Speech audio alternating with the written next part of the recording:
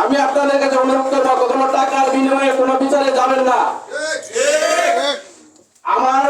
আমি শান্তি মার্কেট একটা অফিস আছে, ত্রিমোহনী বাজারে একটা অফিস করলাম। আপনাদের কাছে আমার রিকোয়েস্ট থাকবে, যদি কোনো ধরনের এরকম অপরাধ হয়, বিচার আচারের জন্য দরকার পড়ে, আপনাদের আমাদের নেতা কর্মীর সাথে যোগাযোগ করবেন শান্তি মার্কেট অথবা ত্রিমোহনী বাজারে। ওনারা যদি আপনাদেরকে সঠিকভাবে সমাধান দিতে না পারে, তারপর আমরা আমাদের নেতা কর্মী আছে তাদের মাধ্যমে এটা সমাধান দেবো। তারপর আমরা টাকা পয়সা দিয়ে কাজ করবো না, ঠিক আছে? আমরা টাকার বিনিময়ে কোনো দরবারে যাব না, টাকার বিনিময়ে কোনো লাইন নালিশে যাব না।